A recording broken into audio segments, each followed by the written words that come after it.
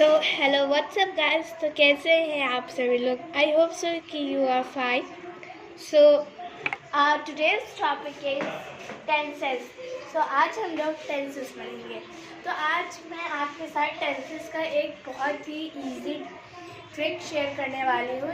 इस ट्रिक के थ्रू आपको टेंसेस एकदम क्लियर हो जाएगा, आपको कोई कंफ्यूजन नहीं होगी।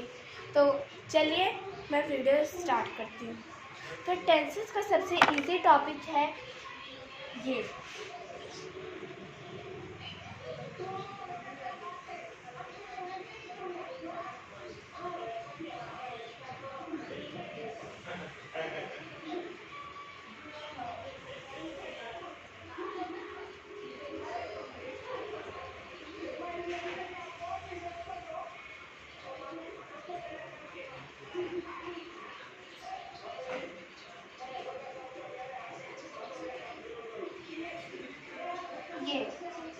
ये बॉक्स आप लोग देख सकते हैं कि ये बॉक्स मैंने यहाँ बनाया है। अब आप लोग को एक कंफ्यूजन होगी कि ये बॉक्स मैंने यहाँ पे क्यों बनाया है।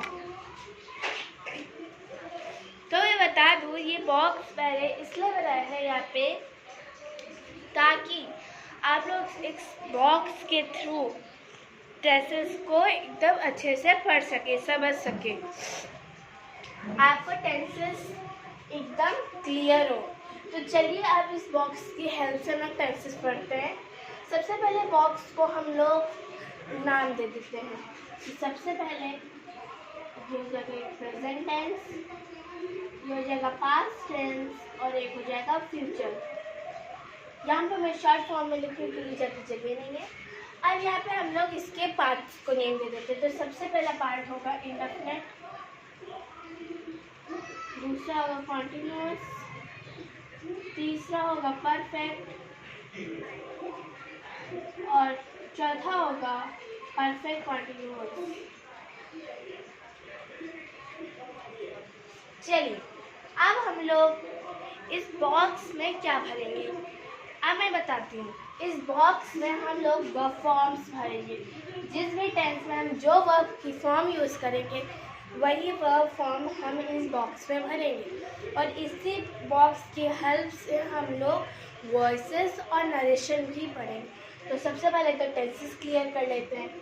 तो अब हम लोग इस बॉक्स में वर्ब फॉर्म भरना स्टार्ट करते हैं। तो सबसे पहले प्रेजेंट इंडेफिनिट टेंस में हम लोग वर्ब के फर्स्ट फॉर्म का यूज़ करते हैं।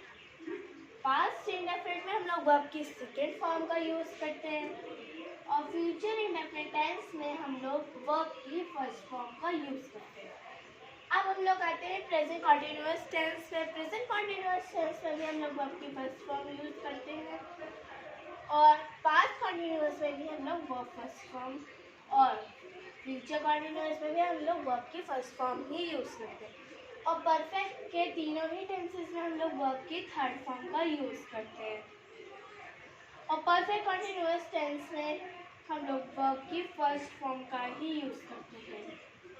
अब कॉन्टिन्यूअस टेंस में हम लोग आईएनजी का भी तो यूज़ करेंगे, तो वो भी हम लोग बॉक्स में ही लिख लें ताकि हम लोग बाद में भूलें ना। अब अगर हम लोग ध्यान से इस बॉक्स को देखें तो यहाँ पे लास्ट पार्ट है परफेक्ट कॉन्टिन्यूअस टेंस। यहाँ पे भी तो कॉन्टिन्यूअस है, तो इसका मतलब यहाँ पे भी आईएनजी आएगा। हाँ, यहाँ पे भी आईएनजी आएगा, तो हम लोग यहाँ पे भी आईएनजी लिख लेते हैं। ये हम लोग ने लिख लिया। अब हम लोग एक एक करके सारे टेंसेस पढ़ेंगे। हाँ, तो सबसे पहले हम लोग पढ़ते हैं प्रेजेंट इंडेफिनिट टेंस। तो पहले हम लोग हेडिंग लिख देंगे present indefinite tense. Present indefinite tense हम लोग ने यहाँ पे लिख दिया है। अब हम लोग प्रेजेंट इंडेफिनिट टेंस पढ़ने से पहले एक और इजी मेथड पढ़ेंगे जिससे कि हम लोग यहाँ पे याद रख सके सबके स्ट्रक्चर। तो वो है कि हम लोग स्ट्रक्चर भी पढ़ेंगे। हम लोग स्ट्रक्चर तो करेंगे करेंगे और फिर इस स्ट्रक्चर का एग्जाम्पल लेंगे और उस एग्जाम्पल के थ्रू उस स्ट्रक्चर को अच्छे से क्लियर कर लेंगे। तो हम लोग स्टार्ट करते हैं। प्रेजेंट इंडेफिनिट टेंस का स्ट्रक्चर होगा सबसे पहले तो subject plus verb first form plus S और ईएस प्लस ऑब्जेक्ट। ये लिख लिया हम लोग ने अपना स्ट्रक्चर। अब इसी स्ट्रक्चर के बेसिस पे हम लोग बात करेंगे इसके एग्जाम्पल की। तो चलिए एक हम लोग सिंपल से सेंटेंस लेते हैं। राम, हम लोग सब्जेक्ट की प्लेस पे राम लिखते हैं। वो फर्स्ट फॉर्म पे हम लोग लिख देते हैं वो। अब एस और ईएस का यूज तो पता ही है। एस और ईएस हम लोग सिंगुलर के साथ यूज करते हैं, प्लूरल के साथ कुछ नहीं यूज करते, तो वो भी लिखते हैं। तो गो के साथ हम लोग ईएस का यूज करेंगे, राम गोस। अब हम अपना ऑब्जेक्ट पिक कर देंगे, Ram goes to the school. यह हम लोग ने कर दिया यहाँ पे अपना ऑब्जेक्ट पुट।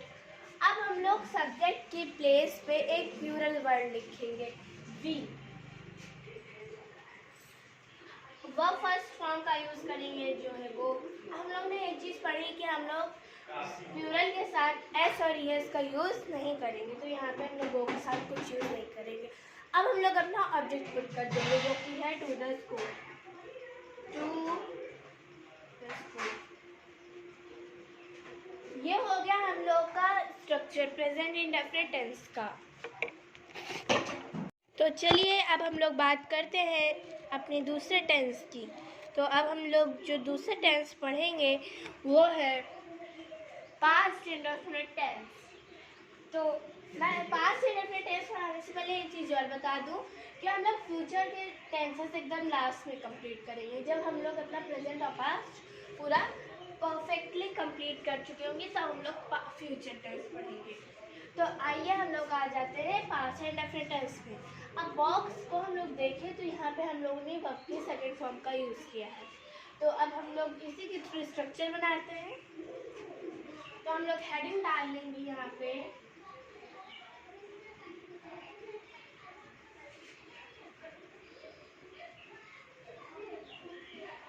पास्ट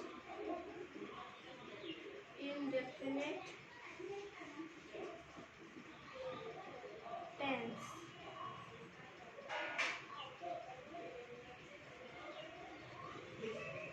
तो चलिए हम लोग स्ट्रक्चर लिखते हैं। तो स्ट्रक्चर बहुत ही इजी होगा इस टेंस का भी। तो सबसे पहले हम लोग लिखेंगे subject plus verb for second form plus object. ये लिख लिया हम लोग ने यहाँ पे अपना स्ट्रक्चर। अब चलिए हम लोग इससे एक एग्जाम्पल बनाते हैं। तो सब्जेक्ट की प्लेस पे हम लोग राम लिख देंगे।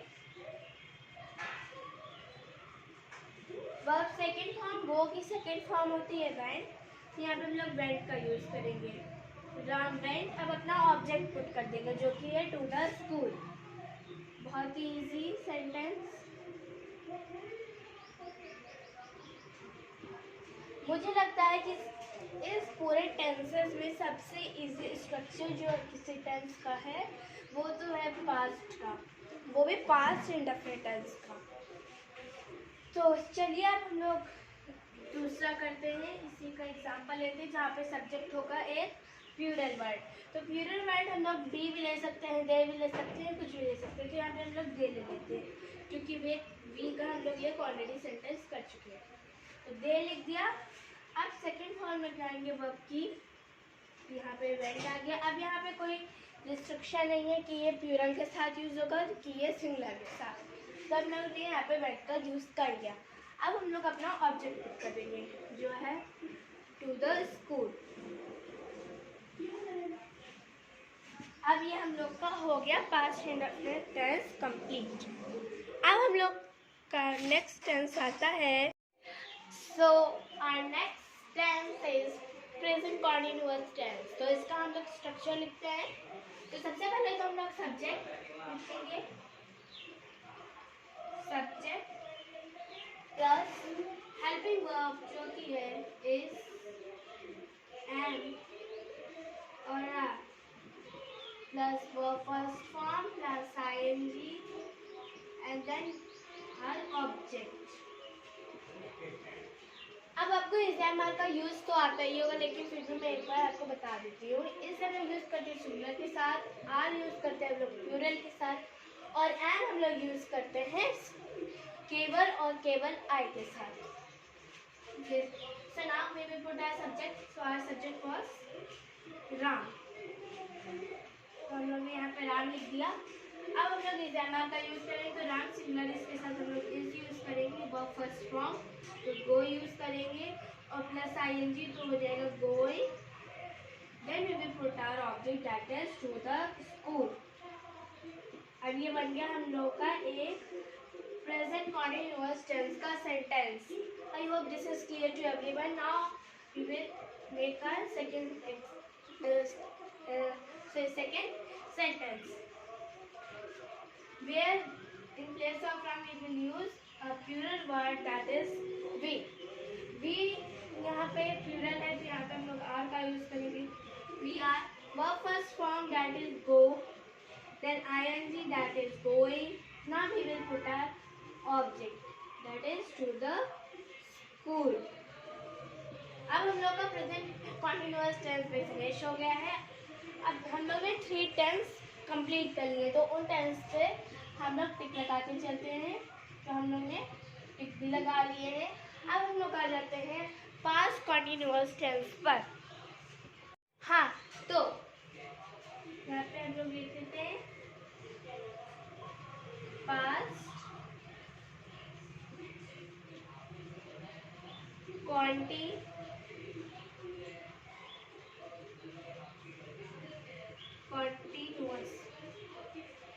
टेंस.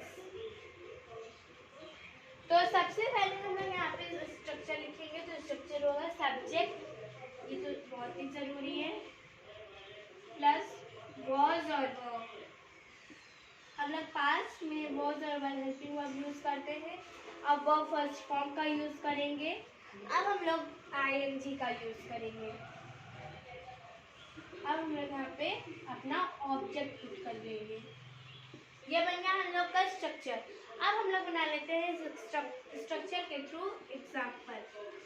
तो सब्जेक्ट के प्लेस पे हम लोग लिख देंगे राम. अब वर्ब और वर्ब का यूज करेंगे. तो वर्ब हम लोग यूज करते हैं सिंगुलर के साथ और वर्ब का यूज करते हैं प्लूरल के साथ. तो राम यहाँ पे सिंगुलर है तो हम लोग यहाँ पे वर्ब का यूज करेंगे. अब वर्ब फर्स्ट फॉर्म हो गया गो. अब आईएनजी का यूज करेंगे तो हो गया गोइंग. अब अपना ऑब्जेक्ट पुट करेंगे जो कि होगा to the school.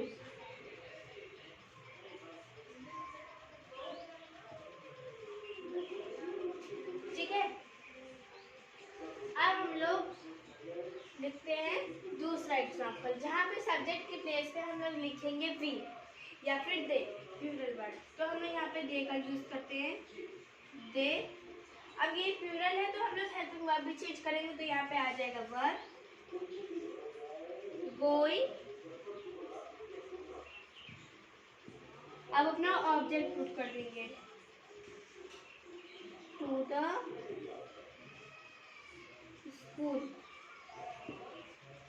Okay, I hope so this tense is also clear to everyone. Now come to the next tense. हाँ, तो अब हम लोग आ जाते हैं अपने नेक्स्ट टेंस की ओर. तो हम लोग का नेक्स्ट टेंस जो है वो है प्रेजेंट परफेक्ट टेंस. तो अब हम लोग पढ़ेंगे प्रेजेंट परफेक्ट टेंस. तो लिख लेंगे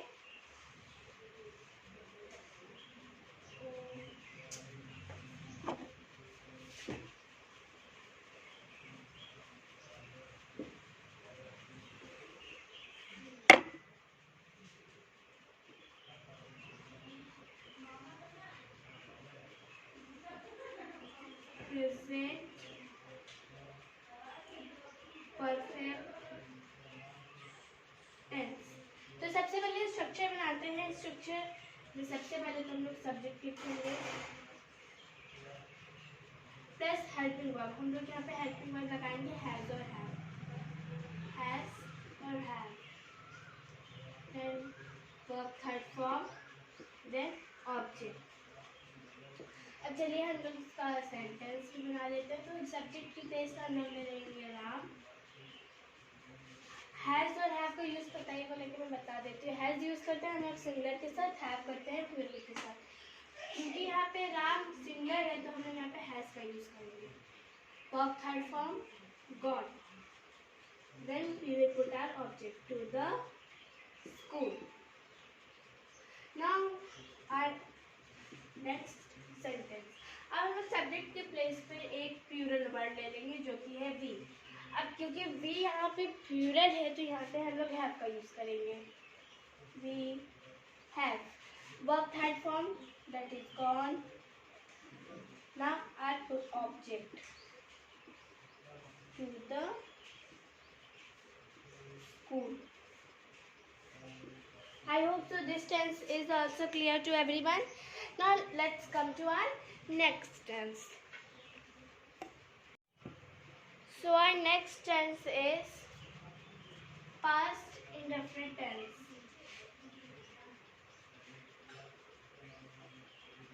Past perfect tense. Past perfect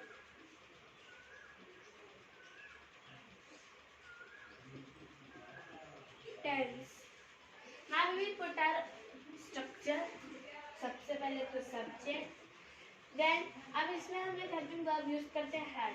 had singular के साथ ही और प्लूरल के साथ ही। अब हम लोग यूज करेंगे verb third form, then our object. अब हम लोग जल्दी से उसका एग्जांपल देख लेते हैं। तो सब्जेक्ट के प्लेस में हम लोग राम रखेंगे।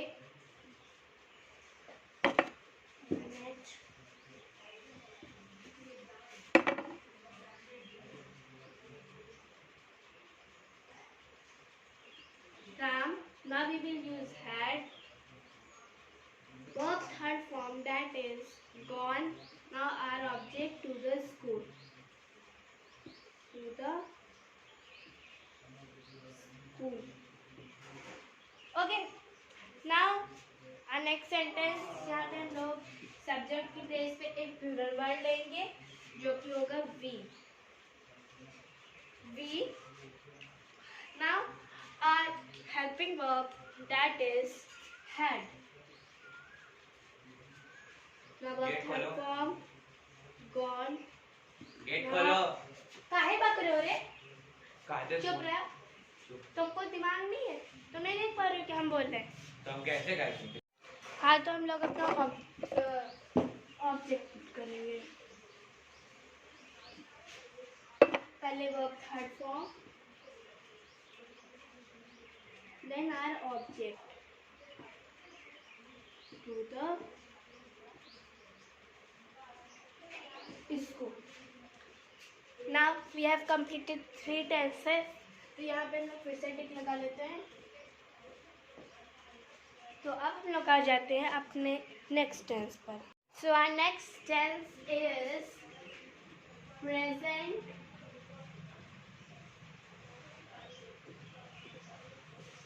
Perfect continuous tense. Continuous tense. तो इसका स्ट्रक्चर लिखते हैं सब्जेक्ट प्लस हैज बीन और हैव बीन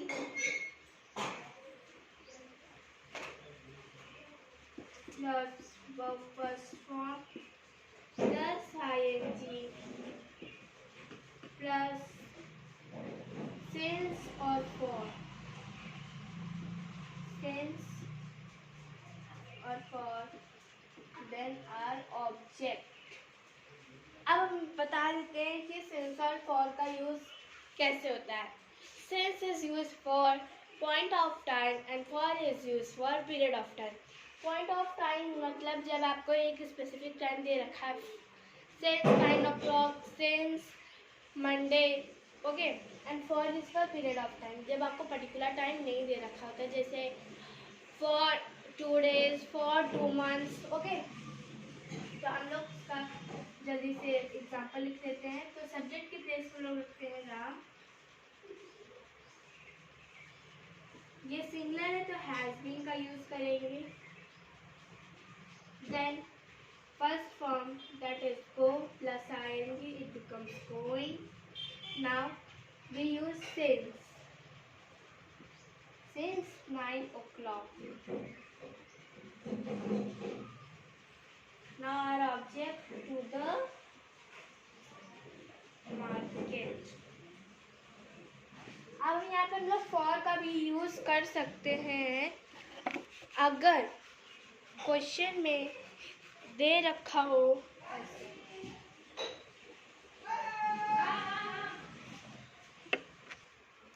हाँ, तो हम लोग for का यूज करेंगे for 2 days.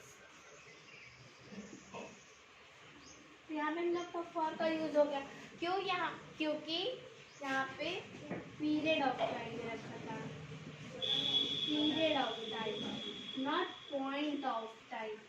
Okay, now our next tense is past perfect continuous tense. So its structure will be subject plus had been plus verb first form plus ing plus since or for, since, for, then object. अब इसका example बना लेते हैं. Ram had been going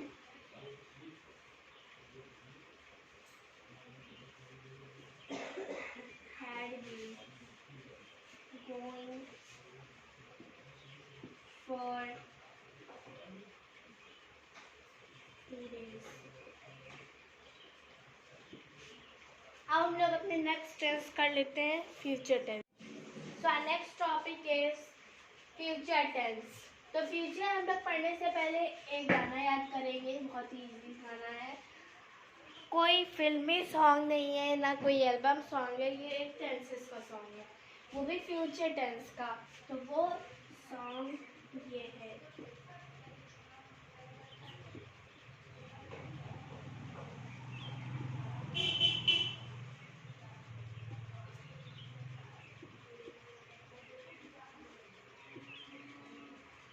ये will have been. ये song बहुत easy song है. इसको लर्न करेंगे तो फ्यूचर टेंस एकदम क्लियर रहेगा कि किसमें हमें कौन से हेल्पिंग वर्ब का यूज करना है. तो गाना इस तरह है. will have been, will have been. Same to same ऐसे शैल का होगा. shall be, shall have been. shall be, shall have been. तो will यूज होगा future tense. Future indefinite tense में will be future continuous, will have perfect, will have been imperfect continuous tense.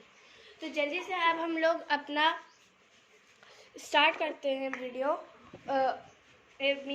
मेरा मतलब कि अब जल्दी से हम लोग फ्यूचर इंडेफिनिट टेंस स्टार्ट करते हैं.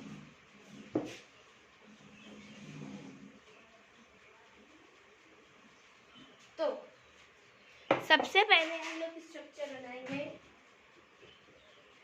फ्यूचर indefinite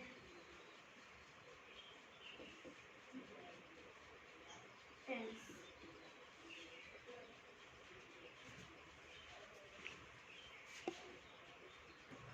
हाँ, तो स्ट्रक्चर इसका होगा सब्जेक्ट प्लस will और shall plus verb first form plus object. तो इसका सेंटेंस बनेगा राम विल. आपको पता है कि शैल हम लोग सब आई और वी के साथ यूज करते हैं, तो हम लोग यहाँ पे शैल का यूज नहीं करेंगे राम के साथ. तो Ram will go to the school. Hope so this is clear. मैं यहाँ पे आपको प्लूरल का नहीं बता रही क्योंकि अब मुझे लगता है कि आपको प्लूरल का क्लियर हो गया है। तो यहाँ पे प्लूरल सिंगुलर का कुछ नहीं है, यहाँ पे सिर्फ एक ही चीज़ है कि विल हमेशा सारे ही नेम्स के साथ यूज़ करेंगे, सारे ही आप पर्सन के साथ यूज़ कर सकते हैं। केवल शैल आपको यूज़ करना है आई और बी के साथ। तो अब हम लोग आ जाते हैं अपने नेक्स्ट टेंस पर। सो फ्यूचर इंडेफिनिट टेंस का स्ट्रक्चर होगा सब्जेक्ट प्लस विल बी और shall be plus verb first form plus ing and then our object. तो यहाँ पे भी आपको क्लियर होगा कि हम लोग विल बी शैल बी का यूज़ कैसे करेंगे। तो हम लोग एक सेंटेंस लेते हैं जल्दी से। Ram will be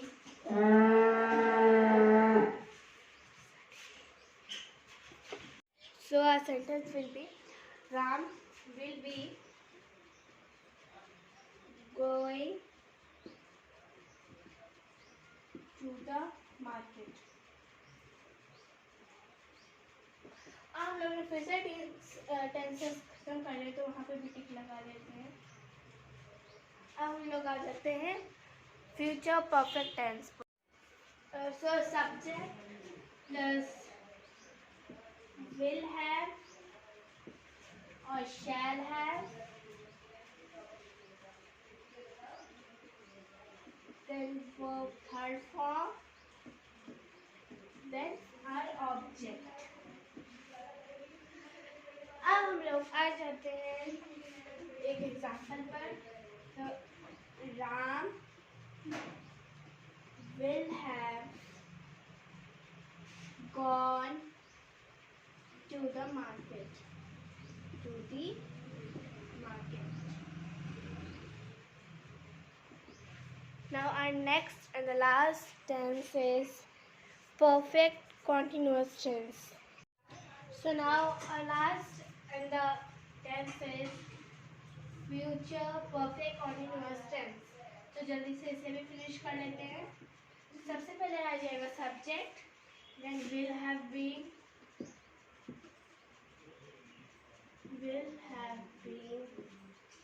or shall have been, shall have been, then verb first form plus ing plus tense or verb plus object. तो हम लोग का सेंटेंस बनेगा राम विल हैव बीन। अभी मैंने आपको बताया है कि यहाँ पे यू क्या लगेगा। अब ये एक चीज़ और बता देते हैं कि यहाँ पे विल हैव बीन शैल और विल के साथ लगा तो यहाँ पे हैव नहीं बदलेगा, हैव यहाँ पे हैव ही रहेगा। ओके, तो Ram will have been going since 9 o'clock।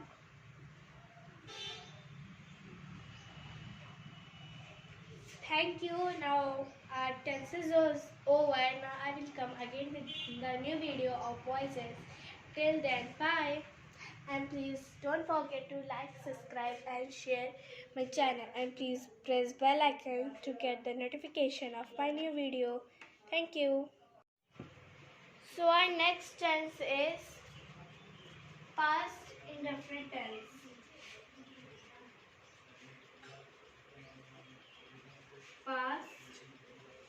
past perfect tense। past perfect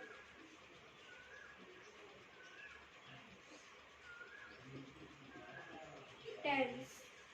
Now we will put our structure। सबसे पहले तो सब्जेक्ट, देन अब इसमें हम एक हेल्पिंग वर्ब यूज करते हैं हैड सिंगुलर के साथ भी और प्लूरल के साथ भी। अब हम लोग यूज करेंगे verb third form, then our object. अब हम लोग जल्दी से उसका एग्जांपल देख लेते हैं। तो सब्जेक्ट के प्लेस में हम लोग राम रखेंगे, minute.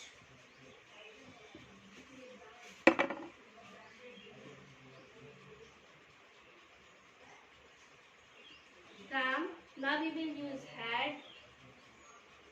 Verb third form, that is gone. Now our object to the school. To the school. Okay. Now our next sentence, यहाँ पे हम लोग सब्जेक्ट की प्लेस पे एक प्लूरल वर्ड लेंगे जो कि होगा we. We. Now our helping verb, that is